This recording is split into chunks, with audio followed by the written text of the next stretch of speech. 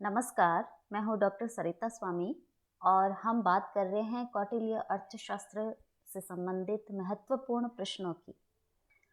ऐसे प्रश्न जो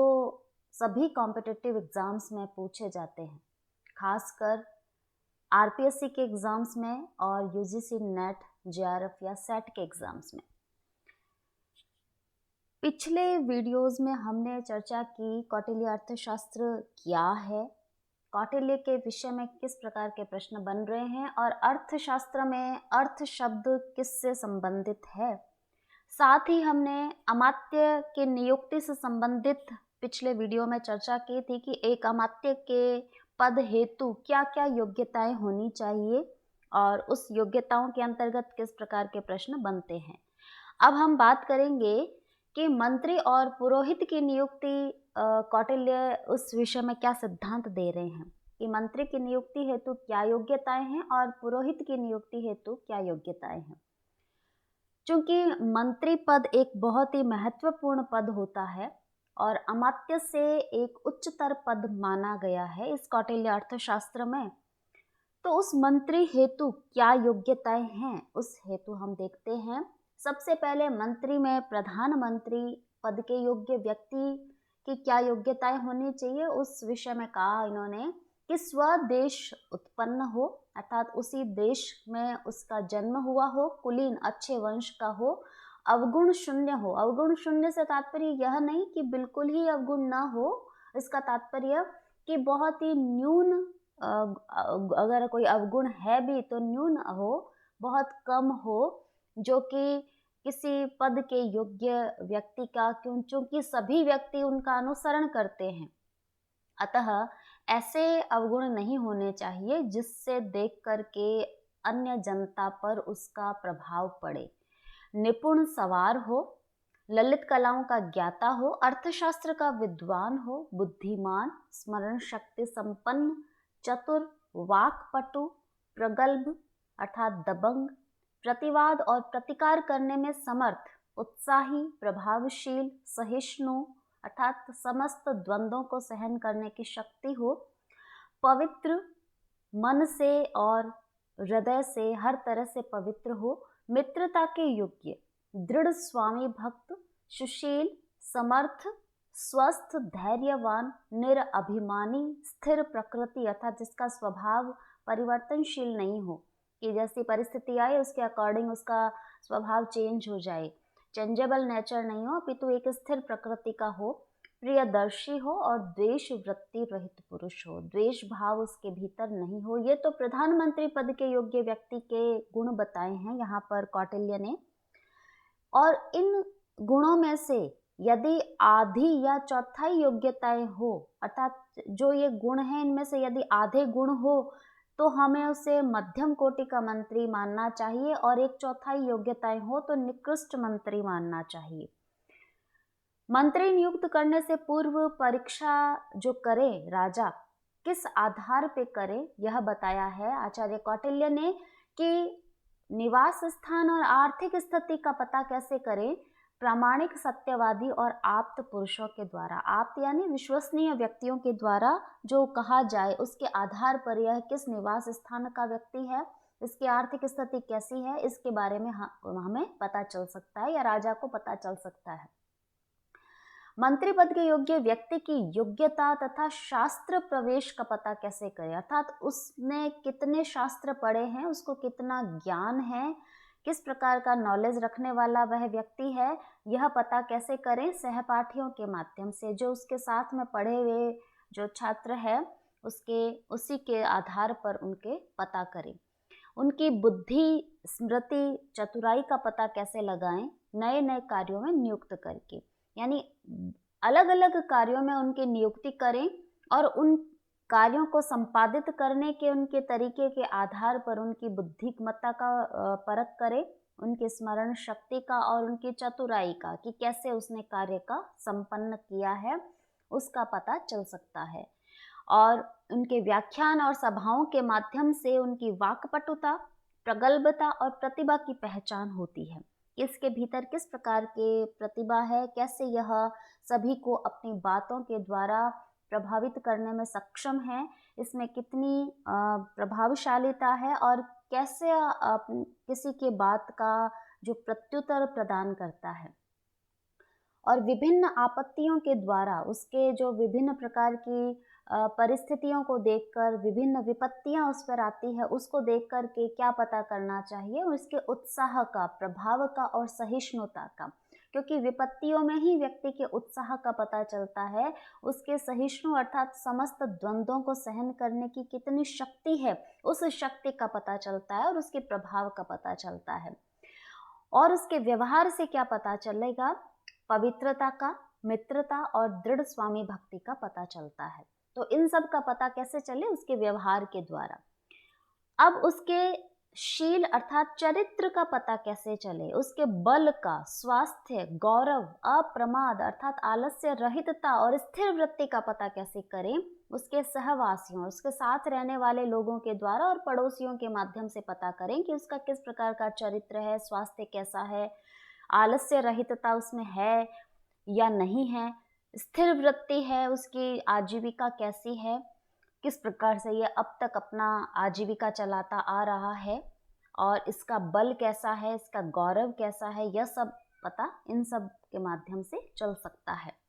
मधुरभाषी स्वभाव और द्वेष रहित प्रकृति की परीक्षा कैसे करे, राजा स्वयं परीक्षा करे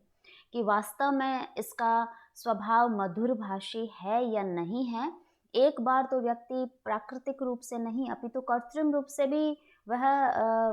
मधुरभाषी बन सकता है, लेकिन राजा स्वयं अपने अनुभवी जो है ज्ञान अनुभव के द्वारा उसकी परीक्षा करे और उसकी द्वेष रहित प्रकृति यानी स्वभाव की परीक्षा भी राजा स्वयं करे, अन्य किसी के माध्यम से नहीं। राजा के व्यवहार की 3 विधियां बताई है यहाँ पर इन्होंने कि प्रत्यक्ष, परोक्ष और अनुमेय। चूंकि राजा स्वयं सभी स्थान पर नहीं जा सकता है, बहुत सारे अमात्यों की नियुक्ति करनी होती है, कोई इस स्थान पर है, कोई अन्य किसी स्थान पर है, तो प्रत्यक्ष तो अर्थात स्वयं देखा हुआ, राजा स्वयं बहुत अपने उसी स्थान पर उसी काल पर एक समय में एक वस्तु को देख सकता है, लेकिन अन्य अमात्यों की सहायता से मंत्रियों की नियुक्ति अगर कर रहा है तो परोक्ष माध्यम से वह कर सकता है, दूसरों के माध्यम से वह जान करके वह उन अमात्यों के उन मंत्रियों के विषय में पता लगा सकता है। और अनुमेय से मतलब है कि संपादित कार्यों से किए जाने वाले कार्यों का अनुमान करना है, अर्थात उसने अपने कार्यों को किस ढंग से संपन्न किया है, तो वह जो संपादित कार्य है उन कार्यों का क्या फल मिला है, उससे क्या सफलता मिली है, उस कार्य का किस ढंग से इसने पूर्णता की ओर लेके गया है, उस कार्य के अनुमान से वह उसके उस प्रत्येक उसके गुण का पता लगाएगा, वह अनुमेय होता है। तो ये 3 प्रकार के व्यवहार की विधियां बताई है, प्रत्यक्ष, परोक्ष और अनुमेय, ये पूछी जाती है। अब यहाँ तक तो मंत्री की नियुक्ति से संबंधित कुछ योग्यताएं बताई है और पुरोहित की योग्यता का बता रहे हैं कि पुरोहित पद हेतु क्या योग्यता है। चूंकि राजा पुरोहित का अनुगमन करता है, पुरोहित उसे निर्देश देता है, उसे किसी भी परिस्थिति में निर्णय शक्ति से युक्त बनाता है। तो पुरोहित पद हेतु क्या योग्यताएं यहाँ बताई है, उच्च कुलोत्पन्न हो, अर्थात ब्राह्मण इत्यादि उच्च कुल में उत्पन्न हो, शील गुण संपन्न हो, शील से तात्पर्य चरित्र उसका श्रेष्ठ हो, वेद और वेदांगों का ज्ञाता हो, अर्थात 4 वेद उसने पढ़े हुए हो और 6 वेदांगों का वह उसने ज्ञान अर्जन कर रखा हो, ज्योतिष शास्त्र, शकुन शास्त्र, दंड नीति में पारंगत हो, अर्थात ज्योतिष का एक अच्छा ज्ञाता हो, शकुन शास्त्र का ज्ञाता हो और दंड नीति के बारे में भी वह संपूर्ण रूप से जानता हो। अथर्ववेद में निर्दिष्ट उपायों द्वारा दैवी और मानुषी विपत्तियों का प्रतिकार करने वाला हो, अर्थात अथर्ववेद में, चूंकि वेदत्रयी पूर्व की रचना है और अथर्ववेद में जो आभिचारिक और इस तरह के कुछ प्रतिकार विपत्तियों को दूर करने का कुछ उपाय बताए गए हुए होते हैं, चाहे वह दैवीय विपत्ति आई हो या मानुष्य विपत्ति आई हो अथवा किसी ग्रह इत्यादि के द्वारा या किसी जीव जंतु के द्वारा विपत्तियां आई हो, तो उन सभी का उपाय वहाँ पर निर्दिष्ट किया गया है, बताया गया है। तो अथर्ववेद उसने इतने ढंग से पढ़ा हो कि समस्त कोई भी विपत्ति आ जाए उस विपत्तियों का वह तुरंत प्रतिकार करने में सक्षम हो। राजा को उस समय वह बता सके कि यह विपत्ति हम पर आई है तो हमें यह कार्य करना चाहिए जिससे कि यह विपत्ति दूर हो, चाहे वह